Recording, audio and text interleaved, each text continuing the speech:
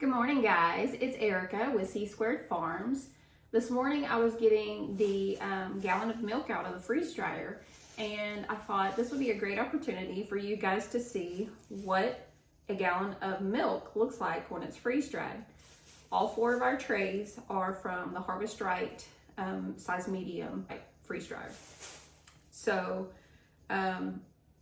you can see here that the trays are pretty full. They're all the way almost to the lip here. When I pour the milk in there, you can do this two ways. A lot of things that we do, we put them in the freezer first, and then we transfer them over into the Harvest Right freeze dryer. The reason we do that is because it cuts down on the energy and time in the machine.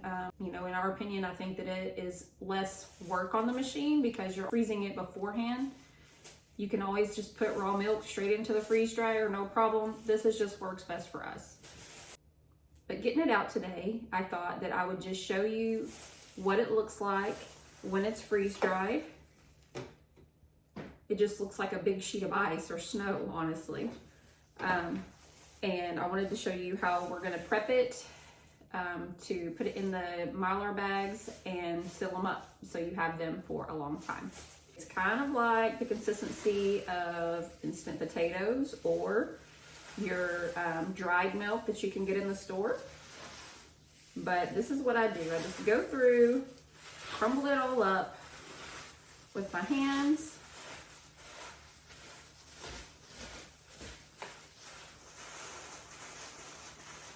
Just kind of break it loose here. From the trays.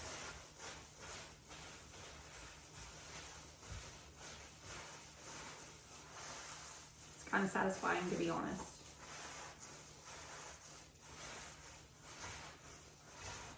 Basically, when you're doing this, you're just kind of crumbling it into a powder. It'll fit better in your bag. You'll be able to fit this whole gallon of milk into one bag.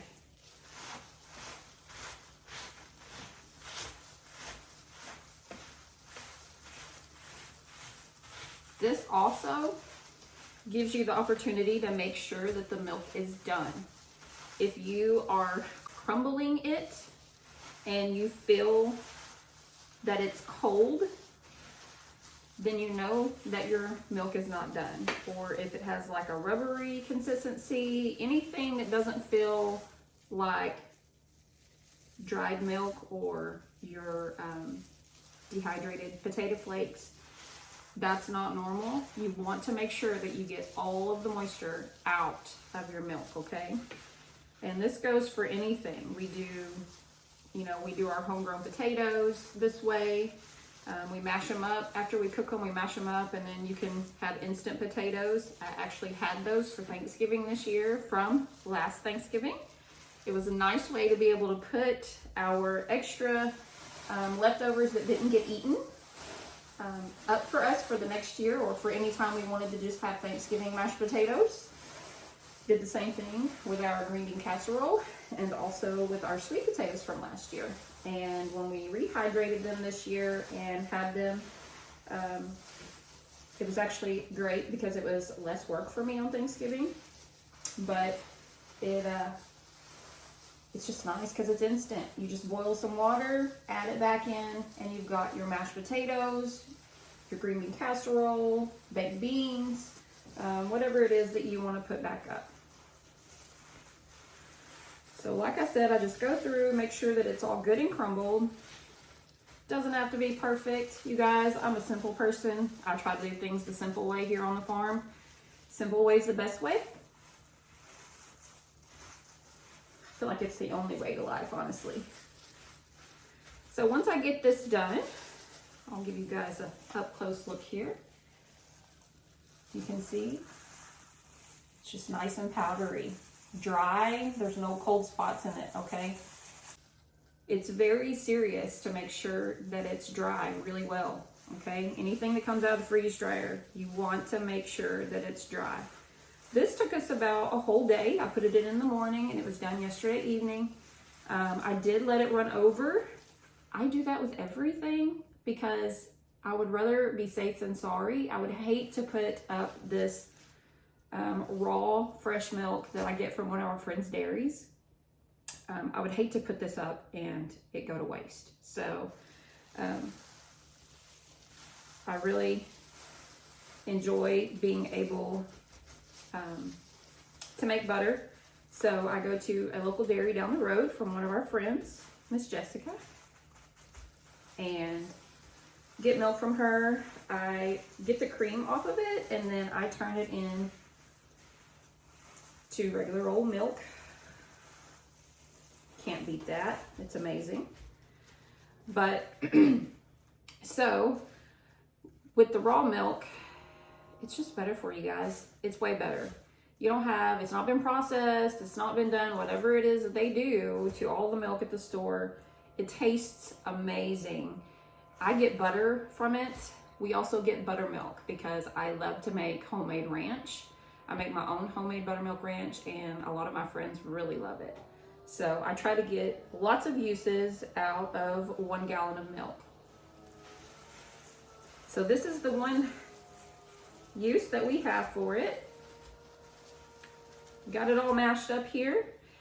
All right, so what I'm gonna do now is I'm gonna show you guys how to put it into a Mylar bag. Sounds difficult, it really is pretty simple. I have this neat little funnel that I got off of Amazon. Makes it really easy with these trays to not make such a mess. You can see I've made a little bit of a mess. That's okay, it cleans, right? But you just get your Mylar bag. Make sure if you're putting food up for yourself, you get good, thick Mylar bags. You don't want them to have a clear side. You want it to all be Mylar on both sides because they need to be in a dark place, and that helps to keep your food preserved for a lot longer over time. We're also going to add in 1 pouch of oxygen absorbers, okay? Anytime you put food in a Mylar bag, you want to make sure that you put in an oxygen absorber because that's what helps make sure that there isn't any oxygen in the bag for it to go bad, okay? So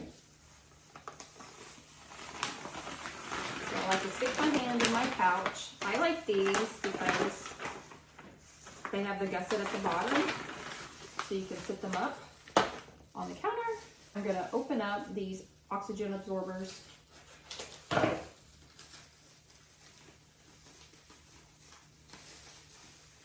Maybe. Kind of hard with these gloves on, guys. Hang in there. First thing I do, stick that in the bag. Why? Because if you get busy doing what you're doing, you have kids coming in and out, or the puppy, or whatever we may have going on here on the farm. It's always busy. There's always a distraction. I put that in the bag first so I know that it's in the bag. Instead of getting all this processed, it's been in the freeze dryer, we're doing good, we have good intentions. What happens if you fill this bag here full of your food and you don't put your oxygen absorber in there? It's gonna run, guys. So I will say, I'm saying this from experience, I have done that. I caught it before it'd been like a day, and I went back and was filling and mushing on my pouches, which I do after a little while just to make sure that they're still good and crunchy, because that's what you want to fill on the outsides of your bags when you get your freeze-dried food out. And I got to thinking and second-guessing myself, and I thought, I really am not sure if I put one of those in there. So I cut it open. Sure enough, I forgot to put it in the pouches. So I went ahead, made sure the food was good, put the pouch in there, and then we got it sealed back up. Good save. Glad I caught it soon. So this is the little funnel I was telling you about. Sarah, actually, off of Living Traditions Homestead. We watch her a lot, and she had somebody, I think, send these to her or suggest these. I got these off of Amazon. They're great. They're plastic, and for these size trays for the medium Harvest Right freeze dryer and our big bags here, they're perfect. So now all I'm going to do is take my tray, and I can dump it in here and try to do this so you guys can Hopefully, oh, we don't make a mess. And with the gusset bags, this is what I like about it. You gotta be careful not to tip them over, but you can see here, the gusset bags hold it up so it doesn't fall over, so you don't dump all your food all over the table or wherever you are processing your food here.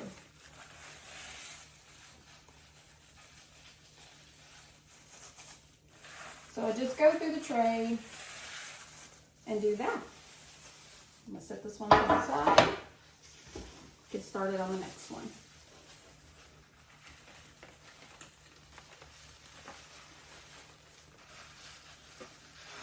So you can see this one wasn't as full. This was the very last tray that I poured of the milk.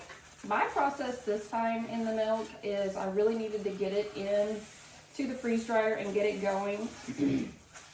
So instead of freezing it beforehand in the freezer, which if you're gonna do that, the best way to do that is to put your tray down in the bottom of your freezer or wherever. We have a little, our freezer, as you can see over there, the bottom part's a freezer. So the whole top tray, a lot of times we try to pull the drawer out. I can sit these down in there and then you pour your milk in. Why? Because you'll make a huge mess if you're trying to carry it over to the freezer or over to the freeze dryer, okay? With this batch, I actually didn't freeze it beforehand, as I was saying. So what I did is I took my trays and I slid them into my freeze dryer, made sure that they weren't hitting that back lip in the back, so I didn't have to adjust it as I'm trying to pour the milk in, because you'll spill it everywhere.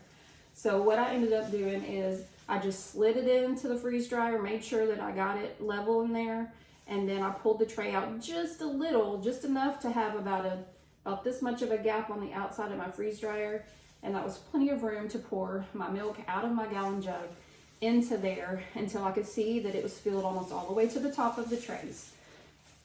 Then you just barely slide it back in there real gently, and it did well. So definitely, it's definitely live and learn here on the farm for sure. You don't want to be making more messes than you already have, because when you're prepping food, you're constantly having to clean everything, sanitize everything. So that's one less thing that I had to mess with, was spilling milk everywhere. And guys, this is like liquid gold. You can't beat fresh milk from a farm. So you don't want to be wasting it, right? I'm gonna shake my little funnel a little bit.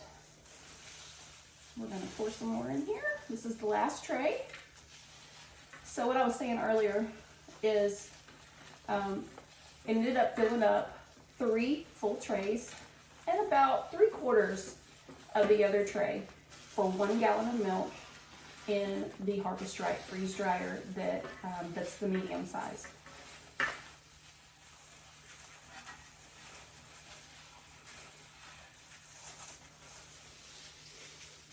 Scrape a little more off with my hands here. Use my fingernails maybe with these gloves on. Knock some of this loose. I'm gonna get up every bit of that milk that I can get.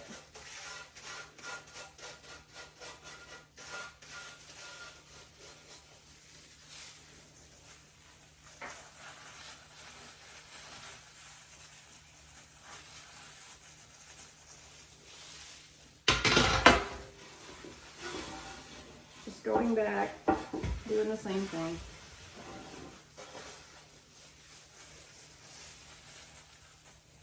Trying to get some of that excess out of there.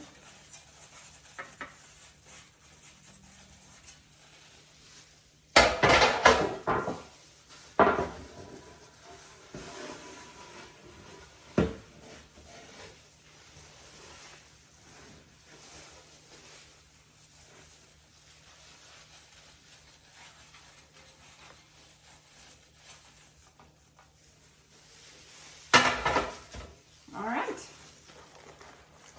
Put it in here. Tap on it a little bit. All right. So once it settles, it's to about right here. Okay. So 1 gallon of milk in a large Mylar bag when it's freeze dried is to about a little over half the bag. That's fine. So what I like to do is push the air out and then fill it up. I'm gonna grab my press real quick and I'll be right back. Push. Okay, so I'm gonna push these to the side here and I'm gonna show you. So at the top of these, you can see here, right? It has this little rivet seal is what I call it. You can just, you know, once you seal it up, have the pull tab. It works great. So what you're gonna wanna do is above where that little groove is in your Mylar bags, that's where you wanna seal it. You don't really wanna seal it below. I mean, all that's gonna do is just make it to where you have to use scissors. Whatever is easiest, I don't really care. Open it how you want. It's yours to do what you want with. But what I do is I just make sure that there's not any powder. And then this guy right here comes with, the sealer comes with the Harvest Right freeze dryers. They send them to you. So I'm just gonna put it here. Like I said, you wanna make sure that you've got it level. Seal it below that strip.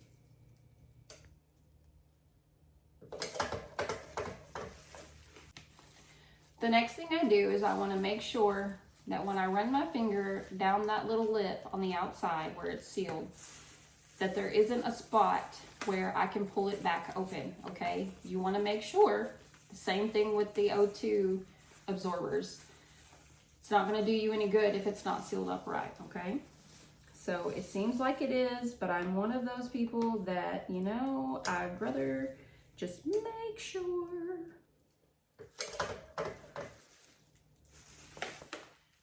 Looks like it sealed great. All right. So I guess that's about it. One more thing I want to show you is once you open up your oxygen absorbers, you want to make sure that you reseal them. You want to make sure that when you're resealing them, that you're not just sealing up the pouch it came in. We actually get our food saver out.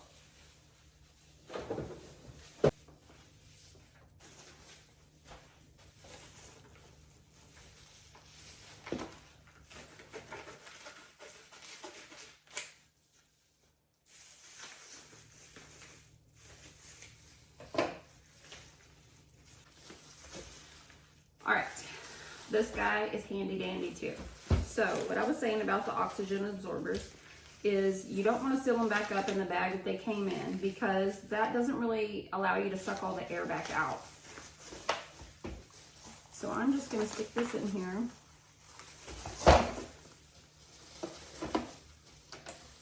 Seal it off.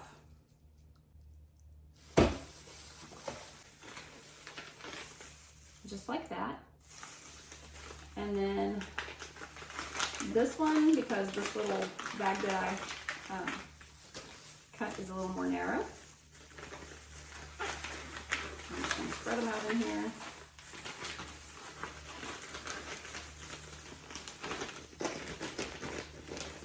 Because you want to make sure to get a good seal. So I'm going to lay them all down in the same direction. Maybe, if they'll cooperate. So now that I have them like this, I'm going to take them and put them in here. Turn it on, hit vacuum, and seal.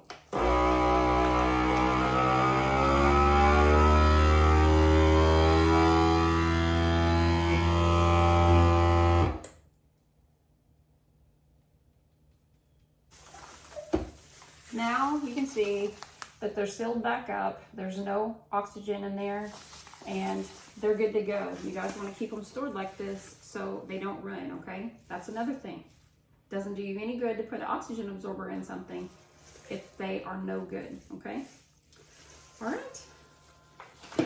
Well, I guess that is it for this morning. I just wanted to take you through my morning runs of different things that I do. This morning happened to be our freeze-dried milk. I hope you guys have enjoyed the video. I hope you've learned something. And I think that this is a fun part of having a farm. It's fun to be able to do these things and be able to put food up for your family. There's lots of times that we have needed milk for something before we got the freeze dryer and we didn't have extra milk. I didn't feel like running to the store, so we just didn't make whatever it was we were gonna make. So this way, if I need milk last minute, I can just run upstairs, get it out of one of our containers, and add some water to it, and it's instant milk. So, well, I hope you guys have a great day, have a great New Year's, and if you enjoyed this video, please give us a like, share it with your friends if you think it was helpful or if you thought it was neat, and we'll see you on the next one. Thanks, guys. Bye.